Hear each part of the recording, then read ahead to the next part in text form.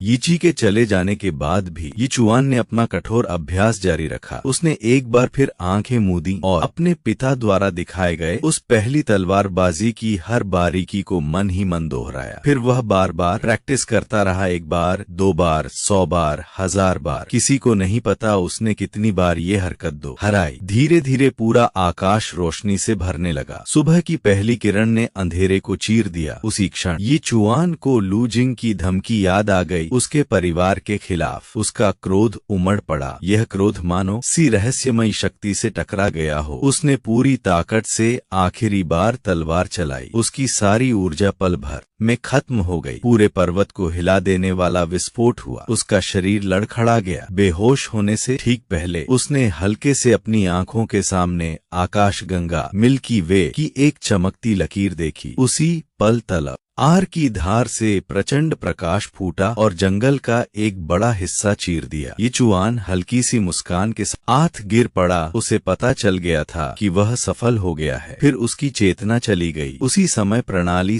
ने घोषणा की, स्तर बढ़ा। शिष्य स्तर 9, शक्ति 55, आत्मबल 55, फुर्ती 55, विशेष कौशल ब्लड शैडो बूचर। स्तर 2 पर उन्नत, नया कौशल प्राप्त, गिरता तारा फॉलन स्टार। जब ये चुआन ने होश संभाला, वह खुद को अस्पताल के बिस्तर पर पड़ा पाया। डॉक्टर वू जिंगशू से कह रही थी, आपके बेटे को कोई बड़ी समस्या नहीं है, वह केवल ज्यादा मेहनत से बेहोश हुआ है। रिपोर्ट में साफ है कि थोड़े समय में ही उसने अत्यधिक परिश्रम किया, जिसके कारण उसे शुगर की भारी कमी, हाइपोग्लाइसीमिया और खून की कमी, एनीमिया हो गई। वो जिंगशू हैरान रह गई। डॉक्टर ने चश्मा ठीक करते हुए गंभीर स्वर में कहा, शरीर में जमा लैक्टिक एसिड को देखकर मेरा अनुमान है कि इसने एक ही रात में 1000 उठक बैठक, 1000 पुश, 1000 स्क्वाट और लगभग 100 किलोमीटर दौड़ लगाई होगी। यह सुनकर वो जिंगशू की आंखें चौड़ी हो गईं और गुस्से से भर गईं। उसने मन ही मन यी ची को दोष दिया कि उसने यी चुआन को इतना ठगने दिया। उसने ठान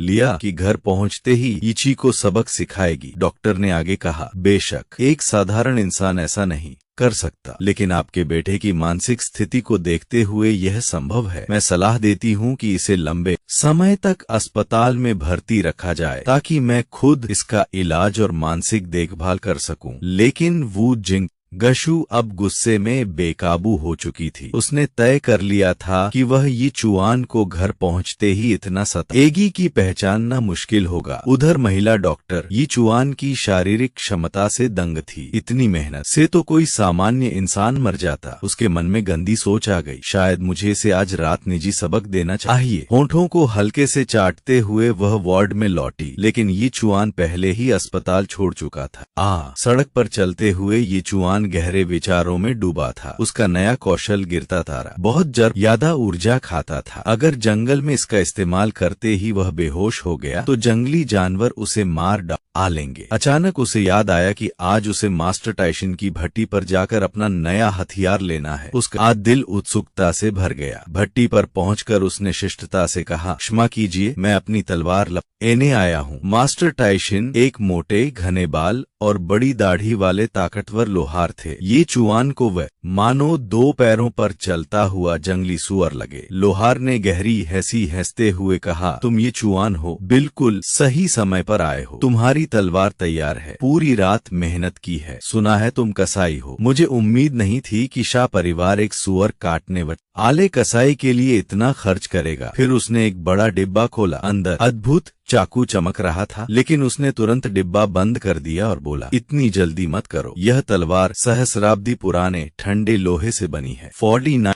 इनों की लगातार तपस्या के बाद यह बनी है। इसमें आत्मा है। यह अपने सच्चे मालिक को पहचान लेगी। अगर तुम्हारा साधना स्तर काफी नहीं हुआ तो तुम इसे उठा भी नहीं पाओगे। ये चुआन ने तलवार उठाई। भारी, ठंडा, खून जैसा डरावना तेज उसके पूरे शरीर को चुभने लगा। ब्लेड का वजन कम से कम 100 जिन था। लेकिन उसने ताकत लगाकर आसानी से उसे उठा लिया। तलवार चांदी की लकीरों से ढकी हुई थी, मानो जमा हुआ प्राचीन रक्त। हत्था और ब्लेड एक ही धातु से बने थे, बस पकड़ के लिए लकड़ी चढ़ाई गई थी। यिचुआन मुस्कुराया और बोला, मुझे यह तलवार बहुत पसंद आई। इसका नाम क्या है? मास्टर ताइशिन ने जवाब दिया, नाम तुम खुद दो, यह अब तुम्हारा निजी हथियार है। यिचुआन ने साफ कहा, तो इसका नाम होगा ड्रैगन स्लेयर, अजगरवध। यह सुनकर मास्टर ताइशिन हैरान रह गया। एक कसाई की तलवार और तुम उसे ड्रैगन स्लेयर कहते हो? क्या तुम सच में स्वर्ग के ड्रैगन काटने का सोच रहे हो? लेकिन अंततः उसने चुपचाप सिर हिला दिया। खैर, जो तुम्हें पसंद है वही सही। तलवार लेकर यिचुआन शहर के द्वार की ओर बढ़ा। 10 दिन बीत चुके थे, सिर्फ 5 दिन